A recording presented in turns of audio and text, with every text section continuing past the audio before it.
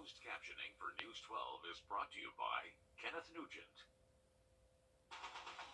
From the station that's on your side, this is News 12 First at 5. A 7-month-old baby girl rushed to the hospital today after a dog attacked her. The Columbia County Sheriff's Office says the baby's grandmother is also hurt. All this happening here on Columbia Drive in Martinez. Our Craig Allison has spoken to neighbors there about what they know. He's live in the neighborhood now to walk us through exactly what happened over there this afternoon. Craig? That's right, Richard. A lot of the neighbors here are saying that deputies and ambulances arrived in this vicinity from as early as 12:30 to some as late as 2:30. Now, those neighbors don't know the people that actually live here, but they can confirm that there was a rather large dog that has seemed rather tame in the past.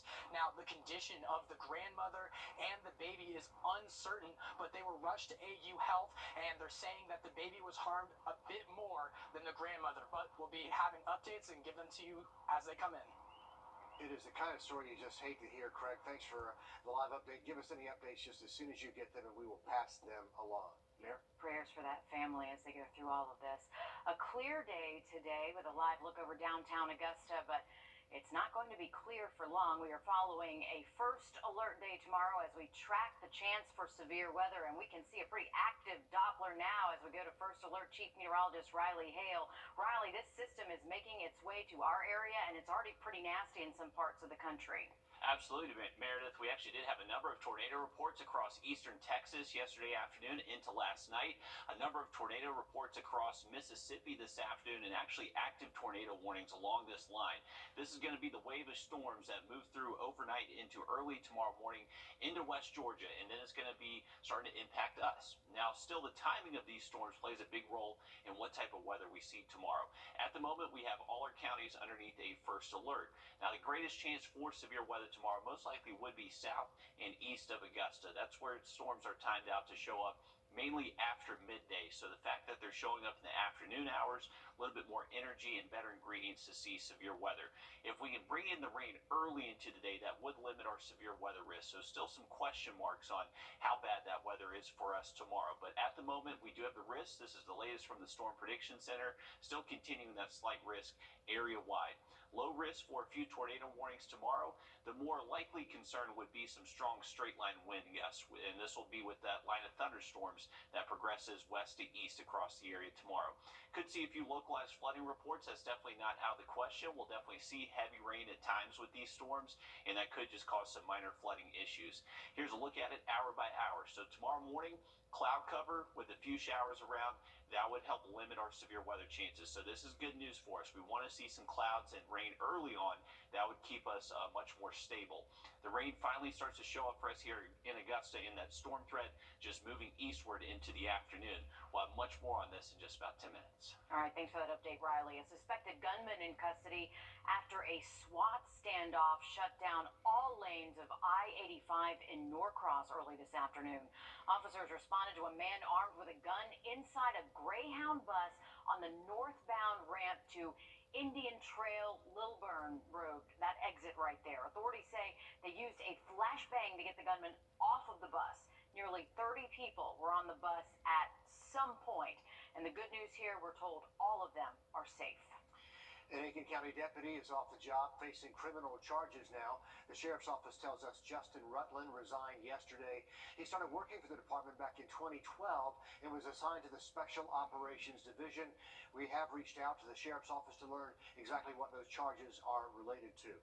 An officer with the Millen Police Department has resigned. The police chief there telling us he learned about a video involving Officer Ben Thompson. The chief was set to meet with Officer Thompson about that video, but the officer resigned before that meeting could happen. It is day 2 of 4. A close call caught on camera. Coming up first at 5, how one family is using their experience to warn other parents. And we do have the risk for strong storms, including some strong wind gusts with those storms. First alert in place for our Wednesday. Much more on this just after the break. Time and share. PB is responsible for the content of this ad. There was a sound in the breeze, a song from the trees that whispered through the night. just an ordinary place, but I held you just in case we travel to the end of time. And I know that I love you. I hear you singing in my mind. To making sure the insurance company pays you the largest amount possible. Check this out. Wild video of a tornado ripping through Elgin, Texas yesterday. That's not far from Austin, to give you perspective. The winds tossing that truck, you see it there, on its side. Well, things don't look good, but somehow it spins around and the thing winds up upright again, able to drive. The driver able to hit the gas and get out of there. But more than a dozen tornadoes reported across the state yesterday. Another twister today, injuring 5 people. But this guy in the truck, guys, you know he's going to be on the front pew Sunday morning, don't you? Yeah. I mean, look at, here it is again. And he's just in the middle of that swirling And it flips wind. him over. And Flips him over, and then spins him around, and you're back on 4 wheels right there. And then he has the wherewithal to slam on the gas. Yeah, hit it hard and get out of there. yeah, book it for sure. I might have passed out. I don't know. I would say it'd be great to interview him, but I'm sure he was busy talking to God right at that moment. Absolutely. I And imagine I so. think he was a teenager Is as that right? well. So, I mean, believe it or not, I mean, came out unharmed for the most part, just kind of a scratch on his arm from what I saw from reports earlier. But Yeah. incredible stuff. If you are ever caught on a roadway and there's a severe storm like that, never park underneath the overpass or underpass or anything like that. It basically acts like a wind tunnel, so it can be very dangerous. So just try to drive away from that storm, kind of like that guy did. It's severe weather season, too. We are tracking Absolutely. those storms as we speak. Yep. So the severe weather threat just moved east today, impacting Mississippi and Alabama out there for the rest of this afternoon. For us, that severe weather threat shows up tomorrow. We do have a first alert in effect for our Wednesday. This includes all of our counties, but I'm leaning towards that mainly our counties south and east of I-20 have that highest risk for severe weather out there tomorrow. The reason is the timing. We are going to start to notice this front showing up to our western counties, most likely by tomorrow morning, possibly a little bit before 11 a.m. If we see a lot of clouds and showers early in the morning, that would help stabilize things and prevent us from seeing a lot of strong storms out there later into the day. But if we hold out from the rain and break that cloud cover early into the afternoon, and those storms move through around midday, mid-afternoon, then we could definitely have the threat for some strong wind gusts, possibly some large hail. Can't even rule out an isolated tornado. So a few different threats on the board and some localized flooding. Definitely going to see some heavy downpours at times. So that definitely could pose just that low flood risk as well. Here's a current look at some reports across the southeast earlier this afternoon with storms. You can see a number of tornado reports across the Mississippi Delta. Funnel clouds reported near Jackson, Mississippi. And now we have new tornado watches in effect for central and western Alabama. So that severe weather threat just following that line ahead of those storms. By the time we get to tonight, those storms should start to be weakening. So that is the positive note for us. If these storms do show up into the morning, there's not really going to be ideal ingredients for them to thrive off of. This eventual warm front and how far north it gets will be a big determining factor for us. So once again, with the clouds and showers, if those start early into the morning, our severe weather chances don't look all that high. But if we do break up those clouds into the afternoon, watch how these storms do start to get a little bit stronger as they start to move their way towards the coastline. So that would be later into the afternoon. There's more energy in our atmosphere, a lot better ingredients for those storms to tap into. So the eventual timing should be over with for us here in the CSRA once we move past around 7 p.m.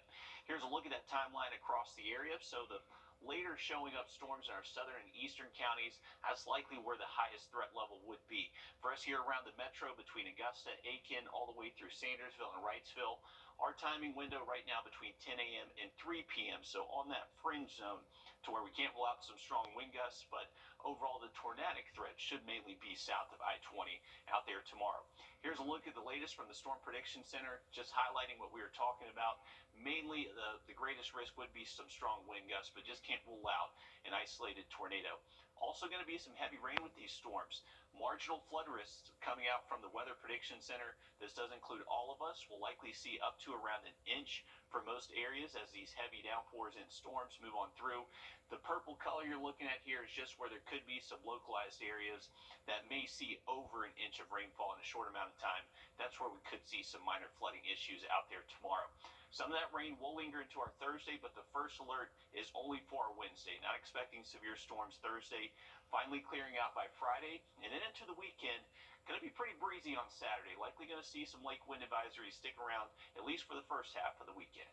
All right, thanks for that, Riley. A North Carolina family is grateful no one was hurt after a heavy wind sent a birthday party bouncy house flying off the ground. And that close call is caught on camera. As Dave Faraday reports, the parents are speaking out now to keep this from happening to anyone else.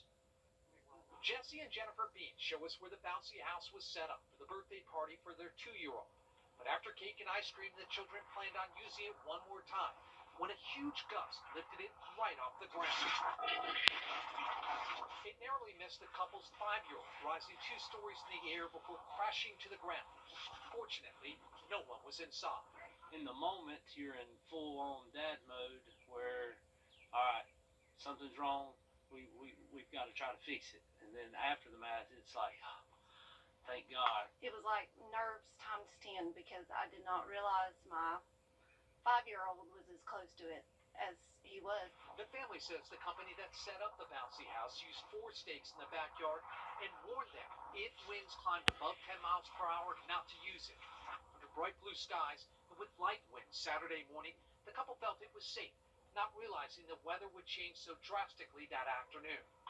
We could see one of the stakes still on the roof of their home this afternoon and hear the panic in the family's voices this weekend on the surveillance video. Where's Michael?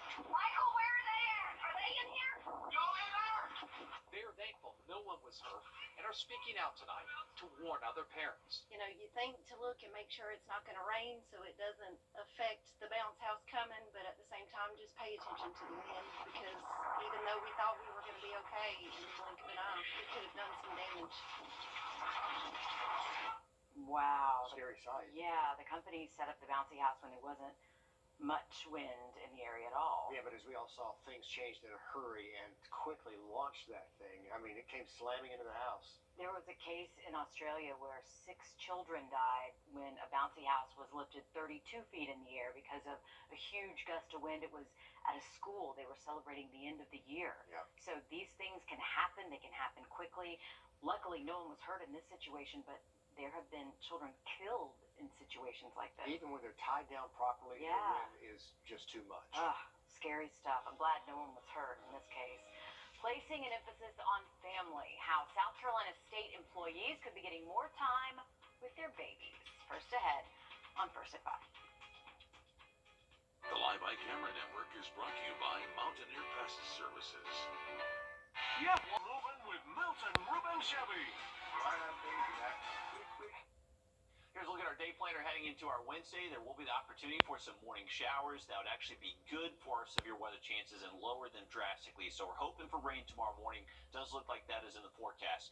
Still expecting storms into the afternoon, most likely up until close to sunset. So just stay weather aware. There is going to be the opportunity for some strong storms tomorrow, producing some strong gusts, possibly even an isolated tornado. Rain does clear out though late in the day on Thursday. All right, thanks, Riley. A brand new recycling business breaks ground in South Augusta, and it's bringing nearly 100 new jobs with it right off the bat. A look at what comes next when News 12 First at 5 continues.